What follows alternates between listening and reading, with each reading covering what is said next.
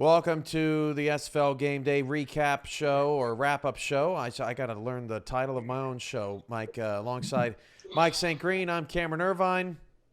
Week 2 is in the books, and what a week it was. We learned a lot about some teams, didn't learn too much about others, but we're here to break it down for you here tonight. We're going to start in Louisiana, in the Bayou. Fort Worth wins the game without a touchdown. They defeat Louisiana today 9-7. Yes, if you did not watch the games from earlier, 9-7. 9-7. It's just a wild score. Got to be a scoregami in SFL history. But you don't often see a team winning a game with 3 field goals.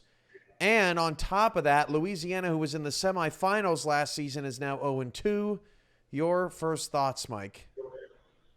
Yeah, great defensive game from Fort Worth today. But I guess the original thought is Louisiana just totally struggling on offense coming out of the gate. Johnny Pickler struggling with interceptions. He only had 124 yards today. What did he have? I don't have his interception total here, but yeah, he totally struggled coming out the gate these first 2 games. And also Reggie Streeter's not really getting going at all. He had 101 yards today, but he earned every yard that he took. He did, yeah, and he looked better.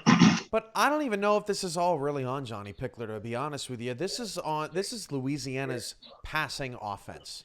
They're just, when you look at, it's not, I don't think Pickler's like missing wide open guys. They're just really struggling. And I think teams are getting better about understanding, look, we have to stop Reggie Streeter, right? Mm-hmm. And until Louisiana can develop a pass game, these teams are going to be running 5-2, 4-4, bear, 4-4, all of these heavy sets and formations that we've seen over the last 2 weeks that is just shutting down Reggie Streeter. And until they can diversify, they're going to end up like Sioux Falls, we'll talk about in a little bit. Yeah, and sometimes you have to look at, what the losses the team have. They kept Reggie Streeter, they kept, a lot of team things in place. But you just mentioned in the passing game, just gave me a thought. This team lost Sarah Storm from last season. And, just maybe certain things chemistry-wise that change up a little bit and teams have to adjust to, to get back to where they were the season before. Because it was almost like a pick your poison last season with Louisiana. But, yeah, the passing game is just not clicking right now. Well, he was their deep threat, right? He was their speed burner. Now you lose that speed burner, and you move B.E. Robo over from tight end, but he's a bigger receiver. Twin screw is a chain mover. Where's the speed? Where's the jolt out of the offense? That's going to be an interesting storyline to watch. And Louisiana plays St. Louis, who is undefeated next week. What a turn of events that is. Just a year ago, Johnny Pickler left St. Louis, so did the rest of their offense, and now St. Louis is 2-0 and Louisiana is 2-0. So that's going to be super compelling. We did see some teams today, more than yesterday, take care of business and remain undefeated. We got 4 today. Your standard, Denver and Baltimore, they play next week. They're both 2-0. That's going to be one hell of a game. But then you have Vancouver. They go to Atlanta, and they spank Atlanta. That was a shocker. And then Vegas goes to San Diego, takes care of business. They've given up 16 points, actually, 16 points, in 2 weeks, an average of 8 per game. Denver has given up 7 total. Yeah.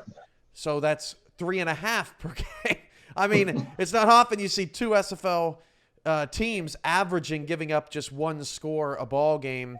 So now we have 6 undefeateds. You throw in LA and St. Louis from yesterday. Of the 4 today, who was most impressive to you? Well, as you know, I love Vancouver. That is just something about that team that they just seem totally balanced on both sides of the ball. It's hard to overlook the defending champs as well, that they, brought everybody back from that championship team. It's hard to overlook them, but right now, for me, Vancouver is just head and shoulders above anybody else in the league. But if I just had to rank them, yeah, I would give Baltimore the number one ranking because of the defending champs and all. But I simply would not want to meet Vancouver anytime soon.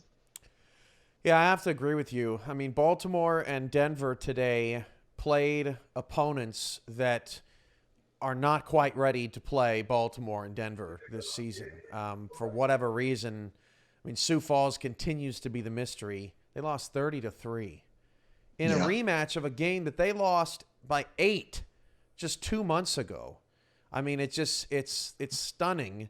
But I have to look at Baltimore and Denver and say, well, Sioux Falls and DC did not put up huge fights and super strong efforts. So because of that, I can't really give it to them. Vancouver has held Streeter and BDG Hollywood now in check back-to-back weeks, and they've done it going away. These aren't close games, and these are two teams that they played in the playoffs. One, they trailed 23-0, and the other they lost by throwing 5 picks in the second half or whatever. And now they're 2-0, and they play Portland next week. So I have to agree with you, Mike. It's Vancouver out of this group today that made the biggest impression. Yep, no doubt. Well, here's another impression that was made today, Mike. Offenses are asleep. What was that? Mike, I've never seen this. This has to be an SFL historical marker. 5 teams today, one of them won. 5 teams did not score a touchdown. Fort Worth had 9, San Diego 6, DC goose egg. By the way, shout out to Curtis for the 30 Rock score line that he threw out there. That was very nice. And then 3 points for Sioux Falls. And who am I missing, Mike? The unforgettables. London Knights. 9. They had 9 points. Mexico City got touchdowns. They got field goals. They lost the game. Was it bad offense, great defense? We watched games all day, and we kind of sat here in the studio going, oh, my goodness, stop it. Score some points, throw to an open receiver. What did you think it was? Well, actually, I think it was a little bit of both. I think in some instances we saw bad offense. I think in other instances, we saw young teams that are, just trying to find their way and grow together. And I think in the earlier game, I'll just go ahead and mention London by name.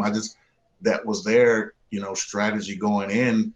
They want to put it on their defense and just let their offense kind of let, Angus McLean manage the game. And if they can get points enough to win the ball game, that's good. But yeah, we saw a little bit of everything. But I think some teams have to grow and other teams kind of left us scratching our heads today. We saw it last year with Portland and Fort Worth. It took a little while for particularly Portland, right? The team that had the most rookies, the most draft picks, it took them a while to get going. But as the season wore on, they got a little better. They end up beating Charleston late, which screwed up their whole playoff hopes. And so, maybe we see that out of DC or San Diego or both coming down the line, but they showed some flashes. DC had more first downs than Denver today, and they lost by 30. And San Diego outgained Las Vegas and lost 24-6. So who would have thunk it? Yeah, DC, in particular DC, man, I want to tell those guys, keep your heads up. Progressions are coming. Maybe by mid-season, hey, you guys are probably going to not be a team that other teams want to face.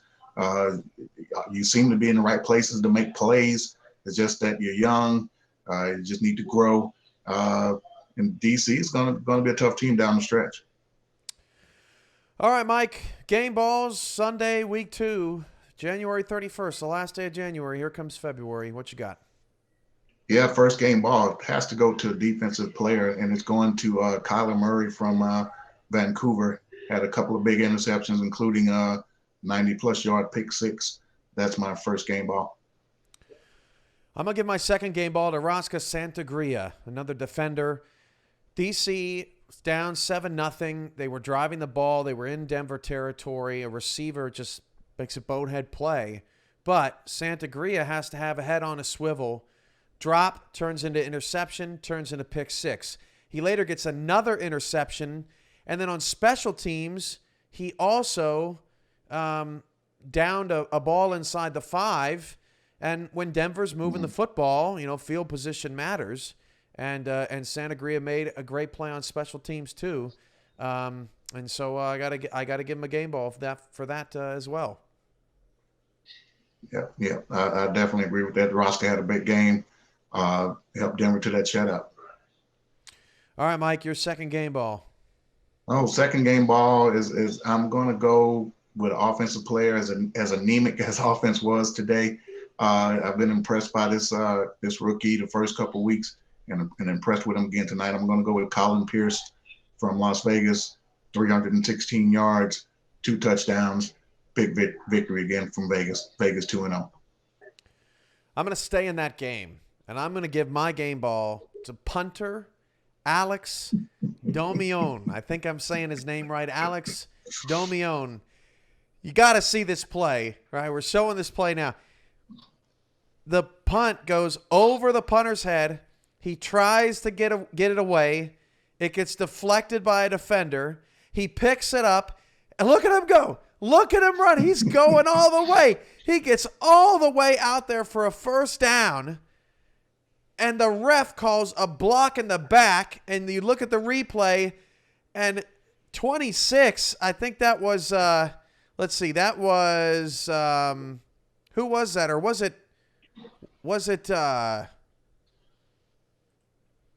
maybe 27? Francis Gabreski, I think, was the man that was the culprit there on that play. Shoves the guy right in the back. How can you take away such a beautiful, beautiful football play? It doesn't go in the box score, but I have to do it. Generic punter making one of the greatest plays I've ever seen happen, and his teammates screwed it up. And who knows, if there's not a penalty on that play, maybe San Diego wins this game. But that was a huge momentum killer as well for the Mavericks. They ended up 4th and 32 from their own 1, and it just blew an opportunity. Yeah, San Diego. Yeah, that was one of the wildest plays you ever want to see. But yes, San Diego struggling on offense as well. No touchdowns in the first 2 weeks of the season. Boy, well, eventually they're going to get one, and the locker room's going to go crazy. Hopefully it's not next week. I was just going to say, they have Jacksonville next week, so we'll see what happens with the St. Green's Kings. But wow, what a week. You never know what to expect in the SFL. Top 10 plays coming up tomorrow. But final thoughts, Mike, on putting a bow on week 2 here as we head into week 3. Very interesting slate. Vegas plays LA next week. Baltimore plays Denver, among other good ones. Yeah, defenses reigned supreme today. And overall, week 2, great week. Great week. Like, we had a great game yesterday, Arizona and Charleston. Didn't mention the Jacksonville, Florida game. It was a great game, tough, tight game all the way through. But, hey, defenses reigned supreme this weekend. That's hats off to all the defenses that played real great this weekend. For Mike St. Green, I'm Cameron Irvine. This has been your game day wrap-up for January 31st. We'll see you back here next weekend for week 3. Good night, everybody.